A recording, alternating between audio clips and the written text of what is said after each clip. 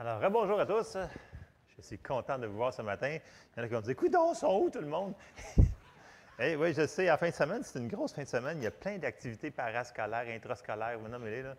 J'ai perdu le compte, fait qu'il y a plein de monde qui sont sur des terrains de soccer, etc., des galas et des choses comme ça. C'est la fin des classes qui s'en vient bientôt, donc c'est pour ça qu'il manque quelques personnes ce matin. Il y a des annonces, mais j'ai aucune idée c'est quoi, fait que je vais les lire en même temps que vous autres. J'ai pas pris le temps d'aller voir. Il me manque Donald, fait que qu'est-ce que je fasse? Faut que je le remplace. Il est parti. Bon, oui, c'était virement bancaire, DONS. Yves et Monique, Martial et Jeannette, Luc et Hélène. Ouais! C'est la fête à Dora. Alors, bonne fête Dora, joyeux anniversaire à tous ceux qui sont leur anniversaire. Je pense qu'ils sont-ils marqués du calendrier, les dates? Oui, je pense que oui. Oui, OK. C'est la fête à Yannick aussi. C'était hier. On l'a manqué. Il est parti en vacances. Oui, n'oubliez pas, les mardis, la prière de 9h à 10h. Si vous avez des requêtes de prière, téléphone, courriel, texto et bien entendu la petite boîte en arrière sur les papiers. Donc, n'hésitez pas si vous avez des requêtes de prière. Et si vous avez des témoignages, des réponses à ça, si vous les mettez dans la boîte et vous les envoyez aussi. Ça encourage ceux qui prient à prier encore plus. Amen.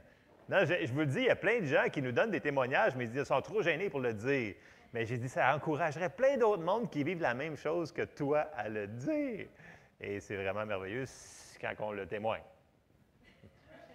Bref, ça va s'en venir bientôt. Il va falloir que je fasse il va falloir que je désigne des gens, je pense, parce que ça passe pas bien. Il va falloir que je les oblige à venir en avant. Fait que je pense qu'il va y avoir plus de feuilles en arrière. En tout cas, on verra. on va y aller selon. Oui, mercredi soir, les études bibliques, c'est le groupe A, donc vous savez qui vous êtes. J'envoie toujours un courriel d'ici, normalement, le lundi soir ou le mardi soir, dépendamment de ce qui se passe, sur les chapitres qu'on va regarder. Ensuite de ça, oui, jeunesse, vendredi. C'est-tu une activité ou c'est pas vendredi ici? Donc, oui, si vous avez des questions, appelez Jessie ou envoyez un courriel. Et ensuite de ça, oui, ça c'est ma face, oui, encore. C'est encore moi. Ensuite de ça, oui, je sais pas. Il n'y a même pas un petit mot qui dit Jésus vous a lavé dans une sécheuse, une laveuse. Non? Il n'y a pas rien de ça. Bon, OK. Merci beaucoup. Non? T'es sûr, Pierre, là? Je vais aller le voir après, là. OK. Amen. Bon, merci, Seigneur. Alors, on va ouvrir en prière pour qu'on puisse dire les bonnes choses et pas dire les mauvaises choses. Ça, c'est bon pour moi, ça. Bon. Seigneur, on te remercie pour ta parole ce matin. Merci pour l'opportunité qu'on a, Seigneur, de venir ensemble pour écouter ce que ton Saint-Esprit veut nous dire ce matin. Aide-nous à la mettre en pratique, qu'on ne soit pas des auditeurs oublieux. Mets une garde dans ma bouche, veille sur la porte de mes lèvres et que ma langue soit comme la plume d'un habile écrivain. Dans le nom de Jésus. Amen. Amen. Donc, je sais que partout dans les églises, présentement, ils enseignent sur la Pentecôte, parce que c'est 50 jours après la Pâque. Et c'est ça. Mais moi, je n'avais pas ça ce matin. Fait qu'on va faire différent, OK? Fait que j'ai un passage qui frôle la Pentecôte, par exemple, si ça peut vous satisfaire. Mais si vous voulez plus d'informations sur ça, vous pouvez venir me voir après. Ce matin, on dirait que je continue sur la série Construire sur les fondements. Ça ressemble beaucoup à ça. Mais j'ai mis un titre finalement à la fin. Ça s'appelle « Sans poser de nouveau le fondement ». Vous allez voir, c'est un passage qui est dans Hébreu, qu'on va aller voir tantôt. Mais je veux commencer par, dans la vie spirituelle d'un croyant, d'un disciple de Jésus, nous devons grandir. OK? Et ce n'est pas optionnel, c'est juste un normal et c'est ce qui doit nous arriver si on fait juste suivre le Seigneur et ce qu'il nous demande de faire. Donc, on doit grandir. Et dans la Bible, il y a beaucoup de parallèles avec le naturel et pour faire des comparaisons dans le spirituel. Souvenez-vous, Jésus parlait de moutons, de blé, de poissons, puis là, il ramenait ça à, vous vous souvenez des paraboles, des choses comme ça? Bon, c'est un peu la même chose. Dans le naturel, quand un bébé il est tout mignon, né de nouveau, ça prend du lait, cette bébête-là. OK? Aussi mignon que c'est, ça prend beaucoup de lait et du changement de couche, etc. Mais si le bébé refuse de prendre le lait, est-ce qu'il va grandir? Non. Et je vous donne ce parallèle-là parce que Spirituellement, c'est Paul, il compare le lait spirituel et la viande spirituelle, je vais l'appeler comme ça. On va aller voir des passages pour de vrai tantôt, hein, c'est dans la Bible. Puis là, il dit qu'on doit désirer ardemment le lait pour qu'on puisse grandir. OK? Donc, c'est vraiment une des fondations de base. Donc, c'est un fondement de la vie chrétienne. Il faut qu'on se nourrisse.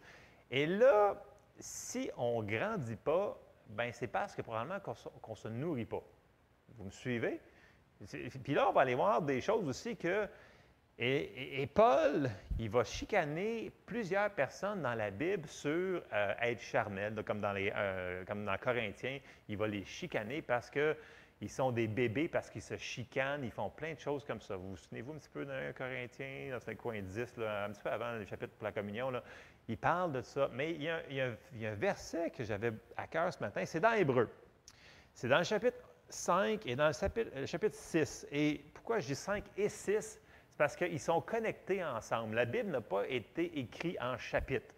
OK? Les chapitres ont été rajoutés par après pour qu'on puisse se retrouver. OK? Mais les deux sont vraiment connectés ensemble parce que qui sait commence une phrase, c'est pourquoi. Ça ne se dit pas parce que ça veut dire que tu viens de dire de quoi, puis là, tu continues à l'expliquer. Et c'est ce qui arrive entre le chapitre 5 et le chapitre 6 d'Hébreux. OK? On va se rendre. Fait que c'est pourquoi, c'est une... C'est quoi en français? Une conjoncture? Une patente, là, qui connecte une autre patente. Parce que mon français est tellement bon, vous savez. Ça connecte deux choses. OK? C'est un adverbe? Voyons, comment une conjonction. Pas une conjonctivite, une conjonction. Conjonction. OK. Hélène, c'est ça une conjonction? Oui? Pas sûr, hein? Elle ne veut même pas savoir. Elle est professeure. Parce que... OK. J'irai te voir après, Hélène, d'abord. OK. On va commencer dans Hébreux 5, puis là, on va aller voir Paul, qui va... Bien, excusez, on va dire l'auteur de l'Épître aux Hébreux, pour être plus politiquement correct ce matin. Hébreux 5, au verset 11, ça nous dit... Nous avons beaucoup... Parce que là, il parle beaucoup de choses, il explique, il enseigne, mais là, il commence à les chicaner. Il dit, nous avons beaucoup à dire là-dessus, et des choses difficiles à expliquer parce que vous êtes devenus lents à comprendre. Écoute, ce n'est pas un compliment, ça. Quand tu te fais dire ça, tu es rendu lent à comprendre. Vous, en effet, qui depuis longtemps devriez être des maîtres, vous avez encore besoin qu'on vous enseigne les premiers rudiments des oracles de Dieu. Vous en êtes venus à avoir besoin de lait et non d'une nourriture solide. Or, quiconque en est au lait n'a pas l'expérience de la parole de justice, car il est un enfant. Mais la nourriture solide est pour les hommes faits, pour ceux dont le jugement est exercé par l'usage à discerner ce qui est bien et ce qui est mal. Bon, avant d'aller dans le chapitre 6, il ne chicane pas de manger du lait. Ce n'est pas ça qui est chicane, de boire du lait. C'est pas ça qui est chicane. Il est chicane de ne pas avoir grandi. Vous me suivez ce qu'il a dit? Dans le sens qu'il a dit, vous vous êtes rendu lent. Donc, ce n'est pas là que vous devriez être rendu, vous devriez être rendu beaucoup plus loin. Donc, vous avez retourné de la nourriture solide à la nourriture liquide. Ce n'est pas normal. Il devrait avoir une croissance. OK? Comme dans le naturel, si on voit un enfant qui est rendu à 10 ans puis qui ne mange plus de choses solides puis qui retourne au lait, il va avoir un gros problème. Il ne sera pas en forme. Il ne courra pas vite. OK? C'est la même chose spirituellement. Il ne chicane personne de commencer sur le lait, là. C'est juste qu'il ne faut pas régresser. Il ne faut pas retourner en arrière. Et là, il va connecter ça avec le chapitre 6. C'est pourquoi, laissant les éléments de la parole de Christ, tendons à ce qui est parfait sans poser de nouveau le fondement. Et là, il va nommer quelques fondements, bien entendu, il ne les nommera pas toutes, mais il va dire du renoncement aux œuvres mortes, de la foi en Dieu, de la doctrine des baptêmes, de l'imposition des mains, de la résurrection des morts et du jugement éternel. C'est ce que nous ferons si Dieu le permet. Donc, il dit, si on veut avancer, il va falloir arrêter de remettre les fondements. Okay? Si vous vous souvenez rapidement, on en a vu une quinzaine dans les dernières séries sur nos racines de foi, qui sont des bases de ce que l'on croit, nous, en tant qu'Église locale et pas mal à travers la chrétienté, je vous dirais, des choses qu'on ne peut pas, il dit, sans poser de nouveau le fondement. À un moment donné, il faut que ces choses-là soient ancrées. Et si on décide de les défaire, on n'avance plus. On ne peut pas. C'est comme construire une maison. Vous construisez votre maison, puis là, tout d'un coup, vous décidez, bien, écoute, je vais enlever la fondation parce que ça serait plus beau, parce que ça serait ci, mais sans fondation, on n'avance plus, la maison s'écroule. OK? Ça a l'air super, c'est très, très deep ce matin, très, très songé. Là. Pas de fondation, tout va s'écrouler. OK? Et c'est ce que Paul il dit que le remède pour continuer à avancer, c'est d'arrêter de remettre les fondations que l'on sait depuis longtemps. Il ne faut pas reculer en arrière. Amen? OK. Le premier point qu'on a regardé dans toutes les fondations qu'on avait vues, nous autres, il y a quelques semaines, c'était l'intégrité de la parole de Dieu. OK?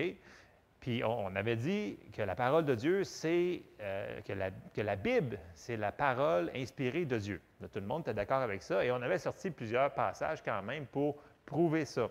Et le premier point que je veux remettre ce matin sur ne pas remettre les fondations, c'est que on le sait, mais nous devons nous nourrir constamment. Et pas juste vivre de ce qu'on a reçu il y a 2 semaines, il y a 1 mois. C'est à chaque jour le processus de se nourrir de la parole. OK? On va lire un passage dans Matthieu 4,4. Puis là, on le connaît quand même assez bien. Jésus est en train de répondre, il est écrit, il est écrit, il est écrit, parce qu'il se fait bombarder par l'ennemi qui essaie de le faire pécher. Puis là, il répond, Matthieu 4,4, Jésus répondit, il est écrit, l'homme ne vivra pas de pain seulement, mais de toute parole qui sort de la bouche de Dieu.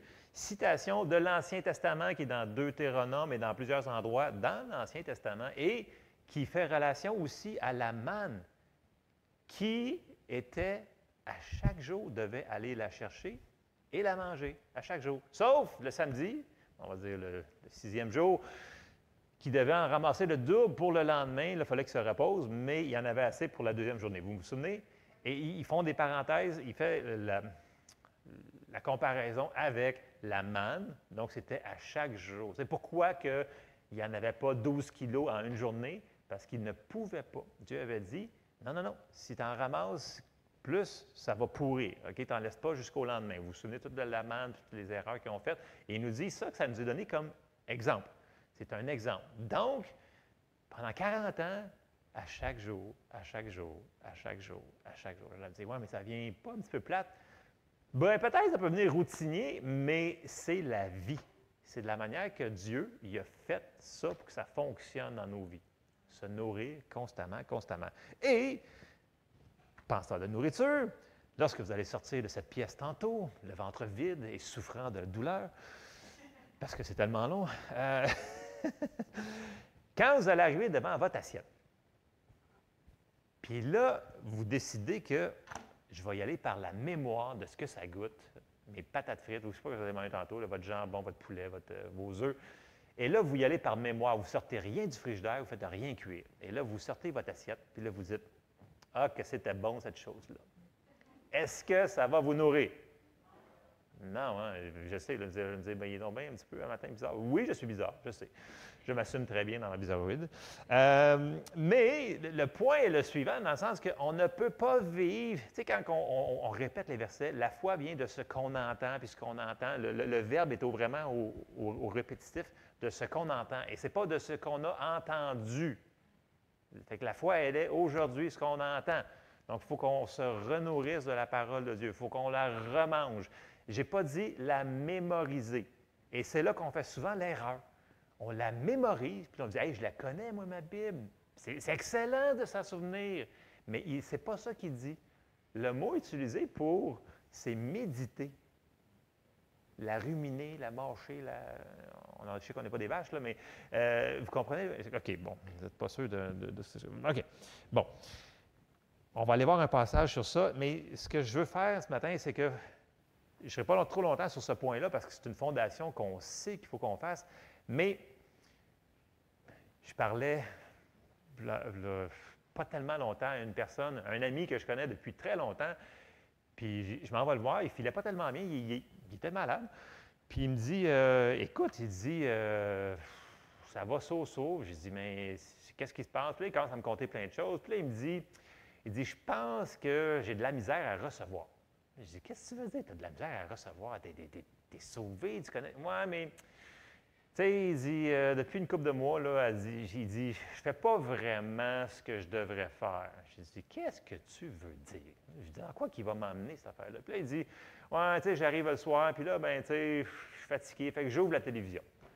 Puis il aime bien les sports, fait qu'il écoute les sports. Puis là, un moment donné, il dit, ah, faut que je lise ma Bible, il faut que j'écoute de la parole, mais je suis trop fatigué, fait qu'à un moment donné, je ferme la télévision, puis au lieu d'ouvrir ma Bible, ben, je m'en vais me coucher. Puis là, ben, jour après jour. Puis là, il dit, écoute, j'ai fait ça pendant tellement longtemps, il dit, on dirait que je suis plus en état de recevoir comme j'étais avant. Là, je fais comme, bien, c'est sûr qu'effectivement, si tu ne nourris plus pantoute, ta foi va descendre, puis la capacité de réception va être affaiblie, bien entendu. Donc, spirituellement, tu deviens plus faible parce que tu n'as pas assez mangé. Dans son cas, c'est lui c'est lui, c'est pas moi, c'est lui qui parle. C'est lui qui me raconte toute cette affaire-là. Je fais comme, wow! J'ai dit, il vient de dire ce que la plupart des gens qui décident de mettre de côté à cause. Vous savez, c'est très subtil. Hein? Parce que on commence quelque chose, puis là, hop, il y a une affaire qui arrive, puis là, hey, ça serait le fun d'écouter ça. Fait que, ouais, mais il fallait que je prenne du temps avec Dieu. Ouais, mais non, mais c'est le fun, regarde, c'est nouveau. Fait que là, tranquillement, petit peu par petit peu, des fois, on a tendance, whoop. Moi, pour être sûr de ne pas faire, de plus faire ça, j'essaye, je barre mon temps. Donc, Jessie me dit, t'es donc bien routinier, toi. Je dis, je le sais, mais ça fonctionne pour moi. Parce que la routine m'oblige à faire ce que j'ai dit que j'allais faire. Et mon temps, dans la parole de Dieu et avec Dieu dans la prière, je dois le protéger, le geler. Parce que sinon, je vais être en train de faire d'autres choses ou écouter quelque chose qui ne me nourrit pas. Et quand on ne se nourrit pas, bien, on arrête de se fortifier et on commence à vivre des choses qu'on n'a pas besoin de vivre. Tu sais, quand tu es fort spirituellement, les choses qui arrivent se tassent plus facilement. Okay? Notre foi est plus forte. Donc, les choses sont plus faciles, je vous dirais. Okay? Fait que quand il vente fort, ça vous affecte moins. Et c'est ça, quelqu'un qui est mature spirituellement va garder une diète de nourriture solide. Le bébé, lui, dans le naturel, il s'en fout. Dans le sens qu'il va juste pleurer et pleurer et pleurer. Et c'est toi qu'il faut qu'il l'aide. Mais à un moment donné, il faut qu'il grandisse pour que lui se nourrisse, qu'il soit autonome. On parle beaucoup d'autonomie chez nous à la maison, ces temps-ci. Et il y a place à amélioration. Mais la bonne nouvelle, c'est qu'en répétant et en répétant, ça finit par se mettre graduellement en place. Mais c'est la même chose spirituellement. C'est le même principe. Donc, on voit un parallèle dans ces passages-là. Bon. Puis, tu sais, c'est pas pour stouler la personne, je ne dirai jamais c'est qui, mais je trouvais qu'elle était assez honnête pour reconnaître c'était quoi son problème. Je ne dis pas que ce serait un bébé chrétien là, qui vient juste d'être sauvé et qu'il ne sait pas. Il ne sait pas. Mais lui, il est sauvé depuis tellement longtemps qu'il dit, écoute, j'aurais dû faire ça. C'est moi. C'est de ma faute. Il sait stouler. Et il faut des fois s'introspecter nous autres mêmes pour dire, hey, c'est-tu nous autres vraiment que ça fait-tu 3 mois qu'on a. Et où ma Bible finalement? Tu sais, quand on est rendu là, et où ma Bible? Ou, ouais, les enseignements que j'écoutais, ouais, c'est de là 3 mois. Là, bien là, il y a un problème. C'est dans le sens qu'il faut vraiment se ressaisir et puis recommencer à se nourrir. OK? Bon. Je vous amène, parce que je vais finir cette parenthèse-là pour aller dans l'autre fondation que je veux aller voir ce matin. Ça arrive à tout le monde. L'affaire, c'est quand on réalise qu'il faut qu'on le fasse, bien, on recommence à le faire. C'est tout. Tu sais, on ne se tape pas sur la tête plus que ça. Là. On remange. Et on remange et on remange. Donc, ce midi, vous allez remanger, vous allez re-remplir votre estomac, vous aurez une foule de bonne humeur et peut-être en forme. OK? Il ne faut pas trop manger dans le naturel, mais dans le spirituel, tu ne peux pas trop manger. Bon. Et on s'en va dans un passage qu'on a vu beaucoup cette année, et je sais qu'il y en a qui sont peut-être tannés, mais c'est vraiment ce que c'est une loi spirituelle. On retourne dans Josué, et au chapitre 1, et au verset 8. À un moment donné, on va le connaître tellement par cœur qu'on va le faire. Josué 1,8. « Que ce livre de la loi ne s'éloigne point de ta bouche, médite-le jour et nuit pour agir fidèlement selon tout ce qui est écrit. C'est alors que tu auras du succès dans tes entreprises. C'est alors que tu réussiras. Donc, on connaît cette fondation-là de se nourrir de la parole de Dieu. Il ne faut pas la laisser aller. Sinon, on va régresser. Donc, on va arrêter de grandir. On le sait, on le connaît, c'est juste qu'il faut qu'on se le fasse répéter des fois pour dire « c'est vrai ». Il ne faut pas que je me laisse aller puis passer 3 semaines sans écouter la parole de Dieu. Ça va me nuire spirituellement. Amen. Puis, dans Josué, il n'a pas dit « mémorise-la ». Il a dit de la méditer jour et nuit. Et il y a une grosse différence entre méditer et mémoriser. Éventuellement, on embarquera plus là-dessus, mais quand on la médite, on la pense, en anglais c'est ponder, on la mastique. Et c'est là qu'elle rentre dans notre cœur et qu'elle ne sera pas juste dans notre tête. Parce qu'il y a des gens qui peuvent mémoriser. Je connais des gens qui sont vraiment, ils ont des lettres au bout de leur nom, là. Ils connaissent quasiment la Bible par cœur dans leur tête. Mais, au niveau de leur foi, si je leur pose une question, c'est compliqué, dans le sens que s'ils auraient à se battre contre quelque chose par leur foi, elle n'est peut-être pas où est-ce qu'elle devrait être parce qu'elle n'a pas descendu dans leur cœur. Je vais me dire, ça peut arriver? Oui, ça peut arriver malheureusement. Donc, il ne faut pas juste que ça reste ici, il faut que ça descende dans le cœur. OK? Ça, on a vu plein de versets là-dessus parce que la foi, elle vient du cœur. Et c'est quand elle est rendue là qu'elle est efficace et qu'elle fonctionne. Et ça, c'est la première fondation que je voulais faire ce matin. La deuxième fondation qu'il ne faut pas remettre, qu'on a vu dans nos racines de foi, je n'y vais pas en ordre, là, puis on ne fera pas 15 fondations ce matin parce que je n'aurai pas le temps, mais une autre fondation essentielle, puis je sais qu'on le sait, la plupart des gens ici, vous êtes d'accord avec cette fondation-là, mais il ne faut pas la prendre comme si c'était optionnel. Et j'embarque dans la fondation qu'on a vue, l'importance de l'Église locale. On ne pourra jamais grandir si on n'est pas implanté dans une église locale. C'est impossible. Si vous mettez une plante, puis vous la déracinez, puis vous la déracinez, vous la déracinez, elle ne poussera jamais parce qu'elle n'est pas plantée. Vous me suivez? C'est la même chose pour nous autres. Il faut qu'on soit dans une église locale. Et là, vous allez me dire, bien, il y a juste un verset là-dessus dans la Bible. Mais on va aller voir le verset que les gens connaissent et on va aller voir d'autres passages parce qu'il n'y en a pas juste un. Puis je sais qu'on a effleuré ça les mercredis soirs dans le groupe A et B rapidement, mais on va aller le voir un petit peu plus creux ce matin. On s'en va dans Hébreux 10 et au verset 25. Bon, dans la Louis II, moi j'ai oublié de souligner en jaune les autres versets, là, je ne sais pas si vous avez... bref, suivez-moi. Hébreux 10, 25, dans la Louis II, ça nous dit « N'abandonnons pas notre assemblée comme c'est la coutume de quelques-uns, mais exhortons-nous réciproquement, et cela d'autant plus que vous voyez s'approcher le jour. » Donc, ne pas abandonner notre assemblée. Il parle de l'Église locale ici. Dans Hébreux 10, 25, je vous l'ai sorti dans la parole de vie. Ça nous dit « N'abandonnons pas nos assemblées comme certains qui ont pris l'habitude de ne plus venir. Au contraire, aidons-nous davantage les uns les autres, puisque vous voyez le jour du Seigneur est proche. » Et ce principe-là, il a commencé au début. Jésus, quand il a commencé l'Église, ça a parti comme ça, OK, de s'assembler ensemble. Et on va aller voir ces passages-là, parce que là, on dit, ouais, mais il y a juste Hébreux 10, 25 qui parle de l'Église. Je fais, non, il y en a beaucoup plus que ça. Si on prend le temps de juste commencer par les Actes des Apôtres, vous allez voir, on va en éplucher quelques-uns, c'est comme pas mal partout. Donc, si Jésus a commencé comme ça, puis il est le même hier, aujourd'hui, éternellement. Il ne change pas d'idée.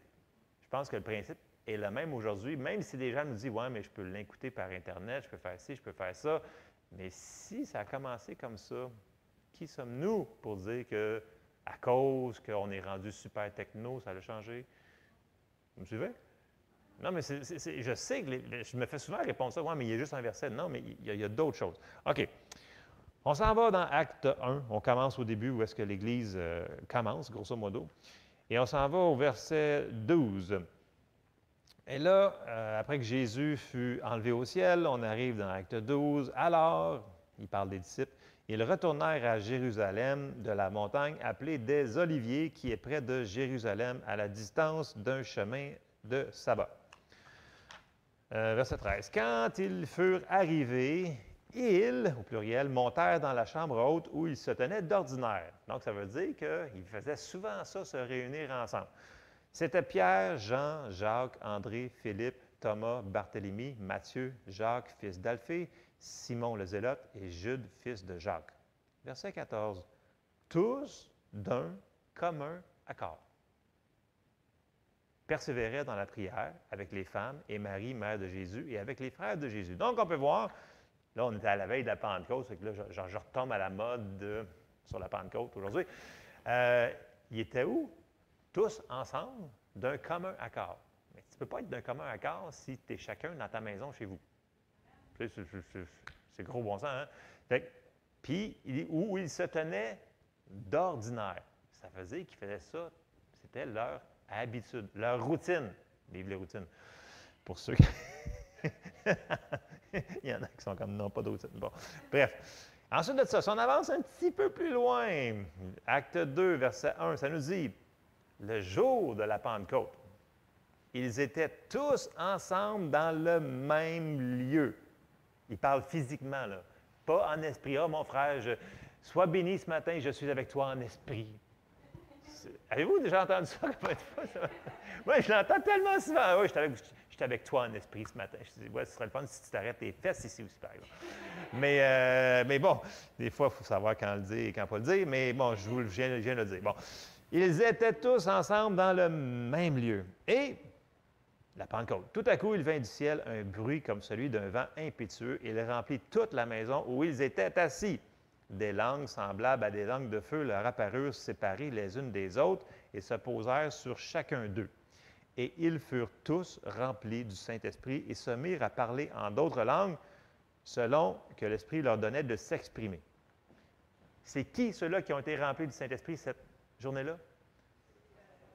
Ceux qui étaient assemblés ensemble dans le même endroit. Ceux-là qui étaient restés à la maison, ils ne l'ont pas reçu. Je fais que le dire comme ça. Là.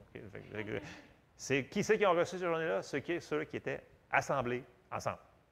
OK. Fait que ça, c'est un passage qu'on voit au début. Ça a commencé comme ça. Puis là, Pierre, il prêche en feu, puis il dit qu'ils l'ont crucifié, etc. Et là, il y a plein de monde qui viennent à Jésus et l'Église commence là. Après ça, on s'en va dans Acte 4. Et là, pour vous mettre en contexte, Pierre et Jean, ils arrivent au temple, puis là, Pierre, il prend l'homme qui est boiteux de naissance par la main et Jésus le guérit. Et là, les religieux n'aiment pas quand il y a des guérisons dans le nom de Jésus parce que ça bouleverse leur tradition. Et là, ils se font chicaner par ces gens-là et on arrive à Acte 4 et au verset 18. Et là, les scribes, les pharisiens, tous ces gens-là, ils leur disent, et les ayant appelés, ils leur défendirent absolument de parler et d'enseigner au nom de Jésus. Donc, faites plus ça, vous n'avez pas le droit. Pierre et Jean leur répondirent, jugez s'il est juste devant Dieu de vous obéir plutôt qu'à Dieu, car nous ne pouvons pas ne pas parler de ce que nous avons vu et entendu. Ils leur firent de nouvelles menaces et les relâchèrent, ne sachant comment les punir, à cause du peuple, parce que tous glorifiaient Dieu de ce qui était arrivé. Car l'homme qui avait été l'objet de cette guérison miraculeuse était âgé de plus de 40 ans. Donc, ça fait 40 ans qu'il quêtait de l'argent là, puis les pharisiens sont fâchés, parce qu'il est finalement guéri. C'est assez impressionnant. Hein? Verset 23, regardez bien où est-ce que je m'en vais. Verset 23, après avoir été relâchés, ils allèrent où? Vers les leurs. Et racontèrent tout ce que les principaux sacrificateurs et les anciens leur avaient dit. Donc, c'est bon quand il y a des choses qui nous arrivent, qu'on ait des gens qui croient la même chose et retourner vers les nôtres pour avoir de l'appui. Pour avoir des gens qui se soutiennent, qui se supportent les uns les autres. C'est important, ça. Et ça fait partie de l'Église locale. Verset 24, lorsqu'ils l'eurent entendu, ils élevèrent, au pluriel, à Dieu, la voix tous ensemble et dirent, et là, ils commencent à prier. Seigneur, toi qui as fait le ciel, la terre, la mer et tout ce qui s'y trouve, et là, ils prient ensemble. Et on va voir le résultat de l'unité, de l'onction corporative, de la prière d'unité quand on se rassemble dans la même unité d'esprit. OK? Et on va avancer jusqu'au verset 29. Et là, ils finissent leur prière, ils disent, « Et maintenant, Seigneur, vois leurs menaces et donne à tes serviteurs d'annoncer ta parole avec une pleine assurance en étendant ta main pour qu'ils se fassent des guérisons, des miracles et des prodiges par le nom de ton saint serviteur Jésus. » Quand ils eurent prié, le lieu où ils étaient assemblés trembla. Ils furent tous remplis du Saint-Esprit et ils annonçaient la parole de Dieu avec assurance. Ici, je fais juste une petite bémol. Les gens disent, « Ouais, mais ils n'ont pas déjà été remplis à Pentecôte. » Oui, oui, mais on a besoin d'autres remplissages. OK? Des remplissages, des remplissages, des remplissages. Mais, encore une fois, si on regarde, ils étaient tous ensemble. Qui c'est qui a reçu le remplissage cette journée-là? Ceux-là qui étaient là. Une grosse révélation. Fait que l'Église locale, c'est un endroit qui est propice pour ça. Des fois, c'est juste pendant la louange. La présence de Dieu est forte, là, on sent que, pouf, on a un ré-remplissage. Ça se dit ré-remplissage? En tout cas, on se fait remplir. Comme une bouteille que vous allez refaire remplir. Okay, on se fait remplir. Ça prend plusieurs remplissages dans notre marche chrétienne. On ne peut pas tout le temps vivre. Ça prend la parole, mais ça prend aussi le Saint-Esprit. Okay? Donc, il y a eu un ré-remplissage cette journée-là, ceux-là qui étaient ensemble. Autre point que je vais apporter. L'Église, c'est un lieu de protection. Okay? Si Jésus a dit que ça prenait une Église, il fallait être là-dedans, bien, c'est un endroit qui est protection. On va avancer encore dans les Actes des Apôtres et au chapitre 12 et au verset 4. Et là, c'est l'histoire de Pierre. Là, Hérode, il avait tué Jacques, puis là, tout le monde était content parmi les pharisiens, puis là, il se fait arrêter, puis là, il est en prison pour se faire exécuter le lendemain matin. Et là, on arrive à Acte 12 et au verset 4. Après l'avoir saisi et jeté en prison, ça c'est Pierre, il l'a mis sous la garde de 4 escouades de 4 soldats chacune avec l'intention de le faire comparaître devant le peuple après la Pâque. Pierre, donc, était gardé dans la prison et l'Église ne cessait d'adresser pour lui des prières à Dieu. Qui c'est qui priait pour lui?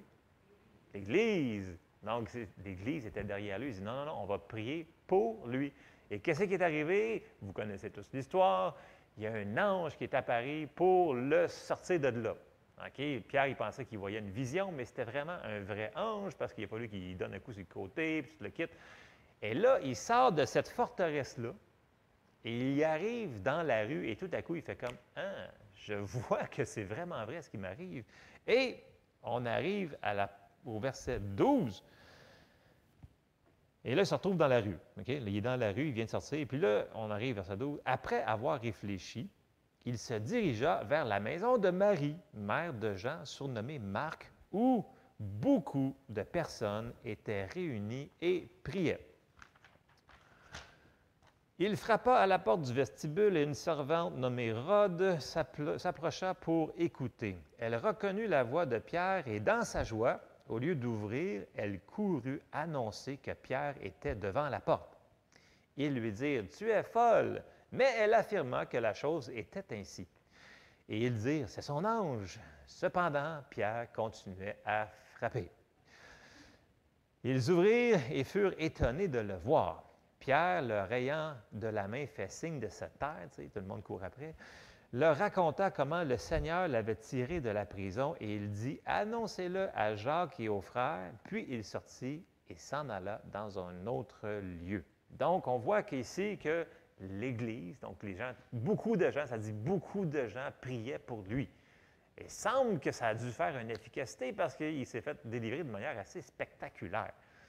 Donc, merci Seigneur, quand on prie les uns pour les autres, ça dit la prière agissante du juste a une grande efficacité. Wow! Si on pouvait s'en souvenir des fois un lundi matin, ça serait bon. Parce que nos prières ont une grande efficacité, surtout quand on est unis ensemble. Il y a quelque chose, Dieu aime ça quand on prie tout seul à la maison. Là. Il veut, OK? Non seulement il veut, mais il y a quelque chose quand on se réunit ensemble qui rajoute. Tu sais, quand ça dit, là, un en fera fuir 1000, puis 2, 10 000, c'est une multiplication de ce qui se passe. Et c'est un principe spirituel que Dieu a mis en application. Et ça, c'est pour nous. Donc, l'Église, un endroit de protection. L'Église, c'est aussi un lieu qu'on va souvent recevoir de la direction pour nos vies, de la direction pour ce qu'on doit faire, de la direction pour le ministère. C'est un endroit où est-ce qu'on va souvent percevoir des choses.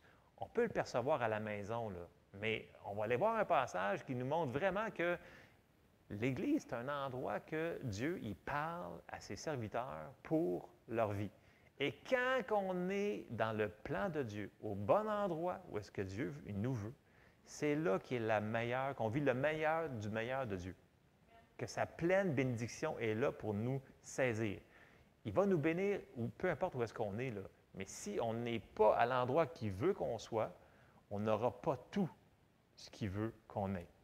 OK? Ça, c'est une question d'obéissance. Et on s'en va dans Acte 13, on continue dans les Actes. Acte 13 et au verset 1, ça nous dit, « Il y avait à la maison... » Non! Il y avait dans l'Église d'Antioche des prophètes, des docteurs.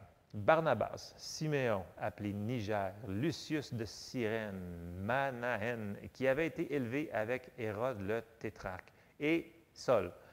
Pendant qu'ils servaient le Seigneur dans leur ministère et qu'ils jeûnaient, le Saint-Esprit dit, « Mettez-moi à part Barnabas et Saul pour l'œuvre à laquelle je les ai appelés. » Après avoir jeûné et prié, ils leur imposèrent les mains et les laissèrent partir. Donc, on voit que dans cette atmosphère-là d'église locale, puis là, qui était en train de probablement prier, il se dit jeûner, est-ce qu'il y avait des louanges? Sûrement peut-être. Le Saint-Esprit a parlé. Puis là, ça a comme confirmé aux autres, puis ils leur ont posé les mains, puis ils ont dit « Hey, go, vous êtes appelés à faire ça, bien, faites-le. » Ils ont juste dit « Oui. » Ils ont accepté l'appel. Et c'est dans cet appel-là qu'on retrouve la bénédiction de Dieu. C'était dans l'Église locale. Cette Église-là, l'Église où est-ce qu'eux autres devaient être. OK? Nous autres, il faut qu'on trouve aussi c'est quoi qui est notre Église locale. Souvent, il y a des gens qui me disent « Ouais, mais je devrais aller dans ton Église. » Puis je ne sais pas. Je dis « Pourquoi je ne sais pas? » Bien, il faut que tu cherches Dieu, puis tu demandes à Dieu si c'est ton Église. Parce que l'Église, c'est comme une famille. Fait que si, mettons, la personne n'est pas d'accord avec rien de ce qu'on enseigne ici, je dis, c'est peut-être pas ta famille, tu peux peut-être aller voir ailleurs. Mais c'est pas méchant, là, dans le sens que tu ne seras pas, si tout est contraire à ce que tu crois, puis tu n'es pas d'accord avec le leadership de tous les gens qui sont là, bien, cherche ailleurs, parce que sinon, tu vas ramer à contre-courant, puis tu vas juste t'empêtrer et tu vas perdre du temps de ta vie qu'on n'a aucun temps à perdre ici sur cette terre. Le temps est court. Donc, trouvons notre place, puis faisons ce que Dieu nous demande de faire. Amen? Amen. Bon. L'Église est un lieu où est-ce que Dieu va nous aider à faire comprendre qu'est-ce qu'on doit faire, l'appel de Dieu et des choses comme ça. L'Église, c'est aussi un lieu que Dieu a institué pour que nous grandissions ensemble avec l'aide de tout le corps. OK? Vous savez que, vous vous souvenez qu'on est comparé à un corps et non plusieurs corps, puis que ça nous dit qu'on a besoin de tous les membres, puis que même ceux-là qui semblent les plus faibles, on les a besoin autant que ceux-là qui semblent les plus forts. Vous vous souvenez de ça? Bien, c'est ça, c'est la réalité. On a besoin les uns des autres. Et on va aller dans Éphésiens. On va sortir un petit peu des actes, là. Éphésiens, Paul, il va dire des choses qui sont excessivement... C'est vraiment la base. Quand je vous parle de fondation, c'est des fondations qu'on ne peut pas remettre. Sinon, on ne pourra pas avancer. Et on s'en va dans Éphésiens au chapitre 4. Et là, Paul, il va dire au verset 1. « Je vous exhorte donc, moi, le prisonnier dans le Seigneur, à marcher d'une manière digne de la vocation qui vous a été adressée, en toute humilité et douceur, avec patience, vous supportant les uns les autres. » Bon, le mot aussi « supporter » dans Louis II, ce n'est pas « endurer ». Ce n'est pas vous endurant les uns les autres. C'est supporter comme un support, comme un... se supporter. Soutenir. Merci. Tu sais, comme un support qu'on accroche là. Le support soutient le manteau. OK? Il ne l'endure pas. En tout cas...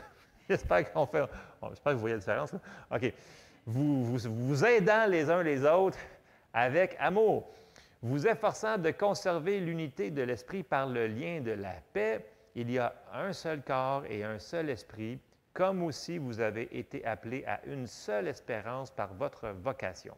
Il y a un seul Seigneur, une seule foi, un seul baptême. Un seul Dieu et Père de tous, qui est au-dessus de tous, et parmi tous, et en tous. Ça fait beaucoup de tous, hein? Ça fait comme un tout, un gros tous. Mais à chacun de nous, la grâce a été donnée selon la mesure du don de Christ. C'est pourquoi il est dit, étant monté en haut, il a amené des captifs et il a fait des dons aux hommes. Bon, le mot ici pour les dons, c'est doma. Doma, ça veut dire cadeau. Il a fait des cadeaux aux hommes. Okay? Et là, il continue. Or, que signifie « il est monté » sinon qu'il est aussi descendu dans les régions inférieures de la terre? Celui qui est descendu, c'est le même qui est monté au-dessus de tous les cieux afin de remplir toutes choses. Et il a donné les uns, et là, on va voir, bien entendu, les 5 ministères. Mais ils sont là, pourquoi? On va aller le voir, ça va être marqué. Et il a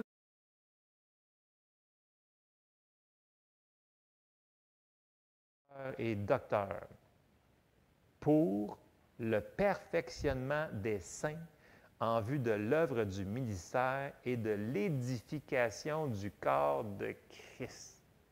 Et là, vous allez me dire, ouais, mais moi, je ne suis pas un apôtre, un prophète, un pasteur, un whatever. Ouais, mais vous avez quand même un ministère. Parce que c'est tous, en tous, en tous, en tous. T'sais, on l'a vu, là, toutes les tous, là. Donc, on tous ensemble. Vous me suivez? On a tous quelque chose à faire. C'est juste qu'il a dit que ces 5 appels-là spécifiques, ils sont là, c'est un cadeau pour qu'ils puissent nous aider à faire le ministère que nous autres, on doit faire. Parce qu'il faut réaliser quelque chose, c'est que tout le monde dans l'Église a un ministère. Il n'est peut-être pas en avant qu'on le voit, mais il est là. Si vous êtes appelé à intercéder, bien, intercédez. Si vous êtes appelé à être un ministère d'aide, le ministère d'aide, ça comprend tellement de choses dans l'Église et en dehors de l'Église, faites-le. Tu sais, si le Seigneur vous appelle à faire quelque chose, il va vous dire « bon et fidèle serviteur » quand vous allez arriver au ciel. La personne qui est appelée à enseigner puis il ne fait pas ce qu'il faut faire, il n'y aura pas ça. Mais s'il le fait, il va dire aussi « bon et fidèle serviteur ». Vous vous souvenez de la parabole des 3? Il dit la même chose à ceux qui font ce qu'il lui demande de faire. Donc, mais il veut que son Église soit construite, donc il a donné les 5 ministères pour l'édification du corps de Christ. C'est pour l'édification, c'est la construction. Donc, mais ces ministères-là, ils opèrent où? Dans l'Église. Donc, si on veut être édifié, normalement, il faudrait qu'on vienne à l'Église. C'est le point qu'on continue. Verset 13. « Jusqu'à ce que nous soyons tous parvenus à l'unité de la foi. » Il n'a jamais dit l'unité de doctrine. Okay? Il peut y avoir des fois des choses sur certaines doctrines, mais on peut être quand même unis dans la foi. Okay? Et de la connaissance du Fils de Dieu à l'état d'homme fait, à la mesure de la stature parfaite de Christ. Tout ça pourquoi? Afin que nous ne soyons plus des enfants. Okay? Donc, il veut qu'on grandisse. Puis, l'Église locale est un endroit de protection. Parce que regardez, il dit, verset 14, « Afin que nous ne soyons plus des enfants flottants et emportés à tout vent de doctrine par la tromperie des hommes, par leur ruse, par des moyens de séduction. » Donc, ça arrive à tout le monde d'entendre des choses qui sont contre la parole de Dieu. Faites juste ouvrir YouTube pour le fun, là. Puis vous allez en avoir une bunch qui va vous arriver, que ci, puis ça. Donc, puis des gens qui vont venir vous voir, « Hey, en passant, on n'a plus besoin de faire ça », puis des choses comme ça. Je n'ai parlé dernièrement parce qu'il y avait des doctrines que les gens m'avaient apportées. Je fais comme, « Pour de vrai? Ah oui. » Bien, c'est pas dans la Bible. Et je sais, mais c'est nouveau.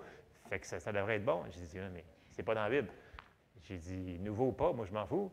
C'est pas dans la Bible. » Donc, c'est important d'être dans une église que si jamais vous avez une question, puis quelqu'un vient de vous dire, votre voisin qui vient de déménager vous dit « Hey, là, vous devez faire ça, puis faire… » Mais si vous n'avez pas la question, bien, c'est le fun de peut-être avoir quelqu'un, comme, mettons, un pasteur, pour aller y poser une question, puis dire « Hey, qu'est-ce que tu en penses de cette affaire-là? » Puis qu'on puisse examiner c'est où ça dans la parole de Dieu pour ne pas être emporté. Parce que le but de l'ennemi, c'est de nous faire perdre le maximum de temps possible pour qu'on soit inefficace, qu'on ne fasse plus rien de ce que Dieu veut qu'on fasse. Et quand on est emporté par une fausse doctrine, on tombe toujours dans l'erreur et on se fait mal et on se blesse et on blesse d'autres personnes. Et malheureusement, ça arrive trop souvent. Donc, il faut contre-vérifier. C'est fun d'avoir quelqu'un qui peut nous aider, qui peut-être connaît sa parole depuis plus longtemps que nous autres. Okay? En passant, je ne dis pas que je connais tout. Priez pour les pasteurs. Grosse révélation, priez pour les pasteurs, ils en ont vraiment besoin. Mais c'est bon d'avoir des gens. Nous autres, moi et Jessie, on a des pasteurs qui nous suivent et qu'on leur pose des questions. Puis quand ils parlent, je les écoute parce que je reconnais qu'ils ont plus d'expérience que moi, puis ils sont là pour nous protéger. Puis quand ils disent des choses, je contre-vérifie avec la Bible et des choses comme ça. Je suis comme « Ah ouais, c'est vraiment intelligent cette affaire-là. » Donc, des fois, il y a des choses qu'on n'a pas besoin de passer 3 mois dessus quand une personne le sait depuis déjà 30 ans. Donc, on peut peut-être se servir de l'expérience d'une personne. Amen. OK.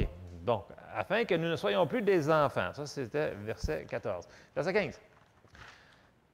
Mais que professant la vérité dans l'amour, nous croissions à tous égards en celui qui est le chef, Christ.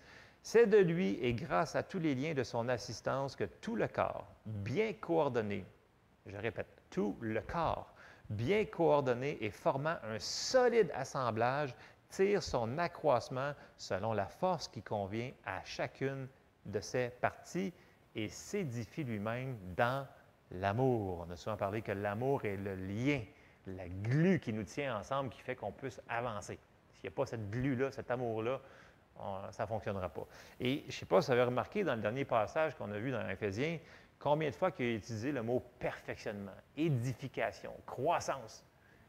Il parle que c'est ça qu'on doit faire, que ça se passe ensemble. Mais pour être ensemble, il faut qu'on se réunisse ensemble. OK? Donc, c'est comme... Puis, si les gens... Puis, j'entends souvent...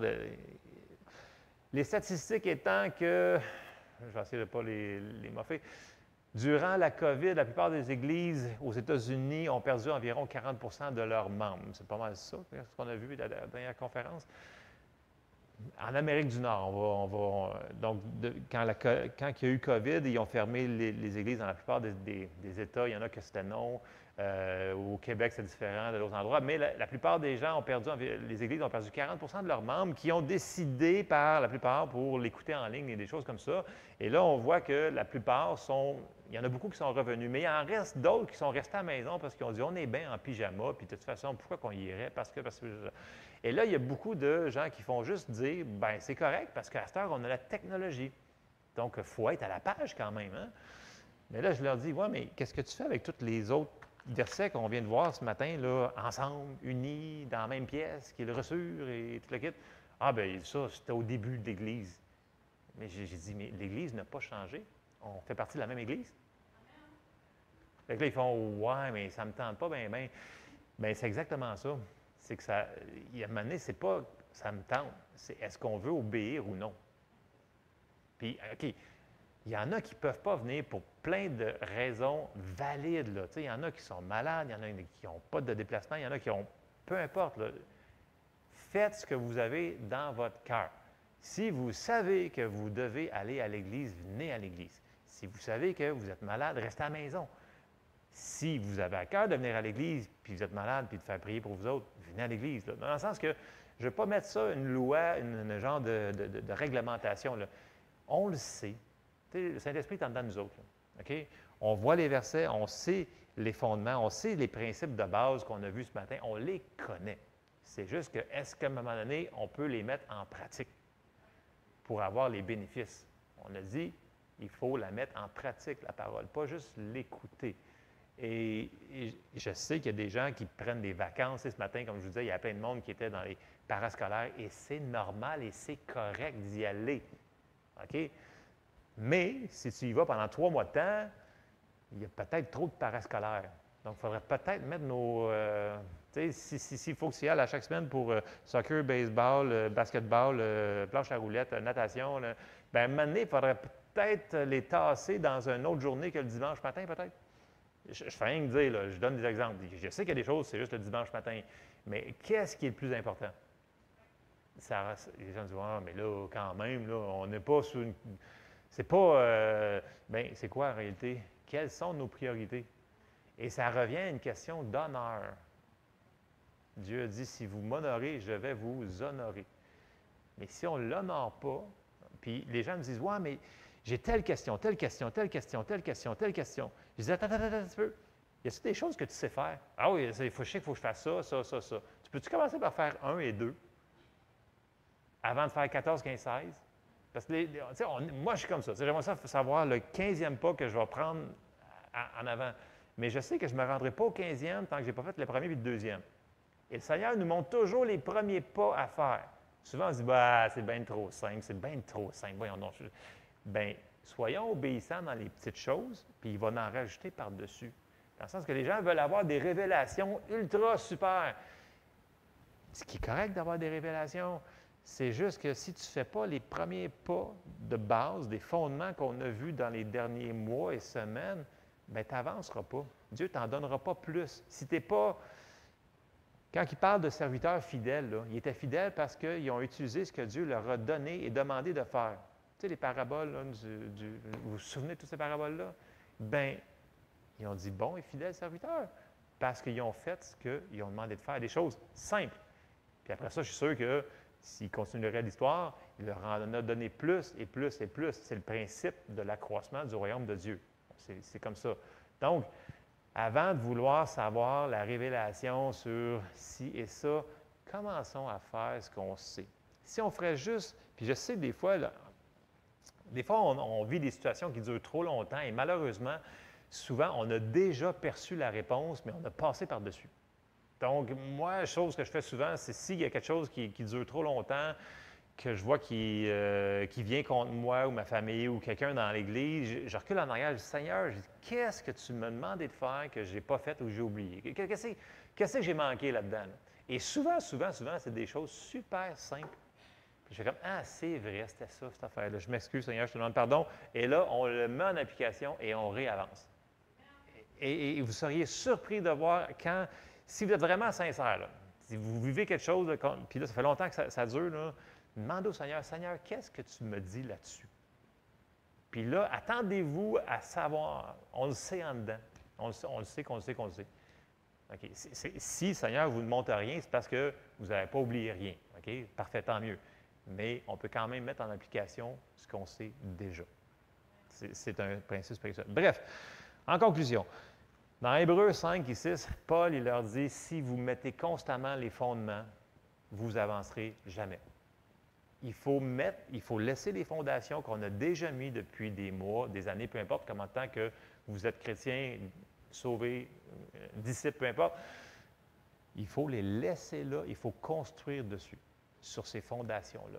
Il faut les laisser là et être sûr qu'ils sont vraiment bien en place et aller les revisiter une fois de temps en temps pour voir est-ce que j'ai bien entretenu mes fondations et après, on va pouvoir aller plus loin.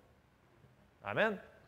Amen. Donc, puis n'oubliez pas, c'est souvent des choses simples. C'est souvent nous autres qui compliquent les choses. Amen. On se lève ensemble. Je sais que c'est un message qui est très simple de base. Je me dis, puis surtout, j'ai fait vraiment 2 fondations que j'avais à cœur qui sont vraiment simples, mais si on les fait, le Seigneur va tenir sa partie de la parole, il va accomplir toutes les bénédictions qu'il nous a données qui ont rapport à ça. Et je sais que c'est peut-être pas populaire maintenant de parler directement dans l'Église comme ça, mais moi, c'est mon travail de dire ce que le Seigneur m'a donné à cœur pour nous autres. Puis je sais que vous allez me dire, « Ouais, mais là, il y a plein de monde en vacances et c'était sûrement pour eux autres. » Vous penserez ce que vous penserez. C'est enregistré. S'ils veulent l'écouter, ils l'écouteront. Mais je pense que normalement, il y a un message aussi pour les gens qui sont dans la même pièce. On espère. Amen. On termine là-dessus. Bien, Seigneur, on te remercie parce que tu es bon, tu es miséricordieux envers nous, Seigneur. Puis tu as des bons plans pour chacun d'entre nous. Aide-nous à mettre en pratique toutes les choses que tu nous montres de faire jour après jour, Seigneur. Les petits pas, Seigneur. Aide-nous à passer au travers, Seigneur. Puis je te demande de fortifier ceux-là qui sont fatigués, Seigneur, qui vivent des choses difficiles. Je te demande de les aider pour qu'ils puissent s'accrocher à toi, Seigneur. Tu es, Seigneur, c'est toi qui fais tout. Tu es le tout en tout, Seigneur. Tu es notre Dieu d'amour qui nous aide dans toutes les choses. Tu es notre berger. Tu nous conduis dans de verts pâturages. Je te remercie, Seigneur, parce que c'est toi il n'y a personne qui peut nous enlever de ta main, Seigneur. Et on décide de rester dans ta main, Seigneur, et tu nous amènes plus loin et tu nous fais voir de belles choses en avant de nous. Merci, Seigneur. On te bénit et on te rend grâce. Merci pour ton amour. Dans le nom de Jésus. Amen. Soyez bénis et n'oubliez pas de manger.